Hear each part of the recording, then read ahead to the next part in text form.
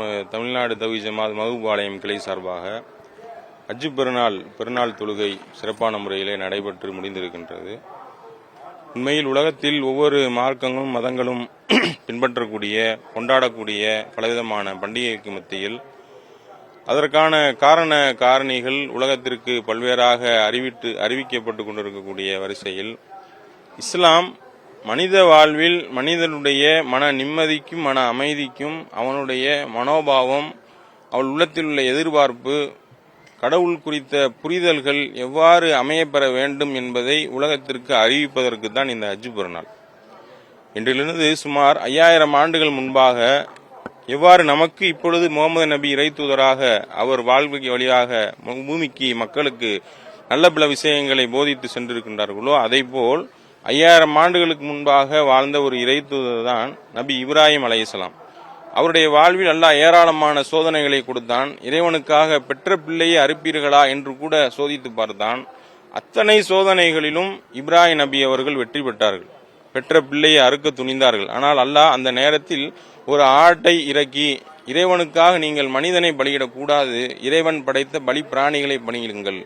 அதே நேரத்தில் அதனுடைய இரத்தமோ அதனுடைய சதையோ இறைவனை சென்று சேராது. உங்கள் உள்ளத்தில் இருக்கக்கூடிய அல்லாஹ்வை பற்றிய பயம், அந்த இறையச்சம்தான் இறைவனை சென்று சேரும் என்று அழகான முறையிலே ஒரு புரிதலை மார்க்க நமக்கு கற்றுக் கொடுக்கும் விதமாக நபி இப்ராஹிம் அலைஹிஸ்ஸலாம் அவர்களுக்கு அல்லாஹ் கொடுத்த சோதனையிலே நமக்கு அல்லாஹ் தெளிவுபடுத்தி அவருடைய பெற்ற பிள்ளைகள், மனைவி, அவருடைய வாழ்க்கையிலே பொருளாதார இடைஞ்சல்கள், சத்தியத்தை தர்மத்தை மக்களுக்கு போதிக்கும் பொழுது அவர் கண்ட ஏராளமான இழப்புகள், இதிலெல்லாம் உள்ள நமக்கான படிப்பினை கூறி காட்டி அந்த இப்ராஹிம் நபி எவ்வாறு பொறுத்து கொண்டாரோ, சோதனையிலே இழப்புகளிலே இறைவன் பக்கத்திலே மீண்டு கொண்டாரோ, அதுபோல் நம்முடைய வாழ்விலும் நம்மளுக்கு ஏராளமான சோதனைகள் வரத்தான் செய்யும், இழப்புகள் வரத்தான் செய்யும், பொருளாதாரம் அனைத்தும் நம்மை விட்டு போகத்தான் செய்யும். இன்று இருப்பது நாளை நம்மிடத்தில் இருக்குமா என்பது பெரிய கேள்விக்குறிதான்.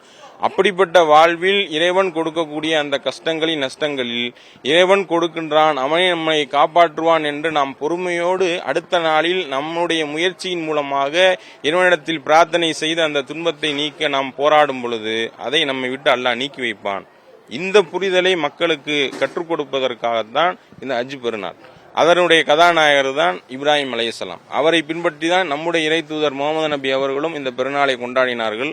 ஒவ்வொரு முஸ்லீம் சமுதாயம் கொண்டாடுகின்றோம். அதிலே இறைவனை போற்றி புகழும் விதமாகத்தான் இன்றைய பெருநாள் தொழுகையும் நாம் அமைத்திருக்கின்றோம். இதுதான் இந்த பெருநாள் தொழுகையினுடைய நோக்கம், அதனுடைய பின்னணி. மற்ற நாள் தொழுகைகளிலும் இறைவனை பற்றிய ஒரு அச்சமும் இறை நம்பிக்கையும் ஒவ்வொரு நாளும் இருக்கணும்னு சொல்லி தான் மார்க்கம் சொல்லுது.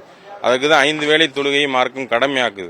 5 வேளை தொழுகைகளில் ஒரு தொழுகையை ஒரு இறை நம்பிக்கையாளர் கைவிட்டால் கூட உலகமே அழிந்து நாசமாவதை விட அது அவனுக்கு மோசமானது என்று இறை தூதர் சொல்றாங்க. இந்த பெருநாள் தொழுகையுடைய முக்கிய நோக்கமே இறைவனை பெருமைப்படுத்துவது. உலகில் எல்லா மார்க்கங்களுடைய கொண்டாட்டங்களையும் பார்க்கின்றோம். அது மற்ற மக்களுக்கு தீங்கி விளைப்பதாக இருக்கும். ஒரு பட்டாசு போடுவாங்க, ஒரு விதமான நோயாளிகள், மனநோயாளிகளுக்கு, வயது முதிர்ந்தவர்களுக்கு, கால்நடைகளுக்கு, பறவைகளுக்கு எல்லாம் பெரிய இடைஞ்சலாக இருப்பதை தான் பார்க்கிறோம். அதனுடைய ஆன்மீக அடிப்படையும் அதை போதிக்குதான்னு கேட்டால் கிடையாது. ஆனால் உலகத்தில் இதை கொண்டாட்டம் என்று செய்கின்றோம். ஆனால் இஸ்லாம் பெருநாளின் கொண்டாட்டம் என்று தலையாய விஷயமாக சொல்வது இந்த பெருநாள் திரையில் கூடி இறைவனை பெருமைப்படுத்துவதுதான். அதில் உறவுகள் வருவார்கள், சொந்த பந்தங்கள் வருவார்கள், விட்டுப்போன உறவுகள் வருவார்கள். அவரை சந்தித்து குலாவி அன்பை வெளிப்படுத்தி இறைவன் கொடுத்த அருளை நினைத்து நாம் பெருமைப்பட்டு அதற்காக இறைவனை போற்றி புகழ்ந்து இறைவன் மிகப்பெரியவன் என்று சொல்லக்கூடிய தக்பீர் முழக்கத்தை தான் இந்த பெருநாள் தினத்தில் செய்கிறோம்.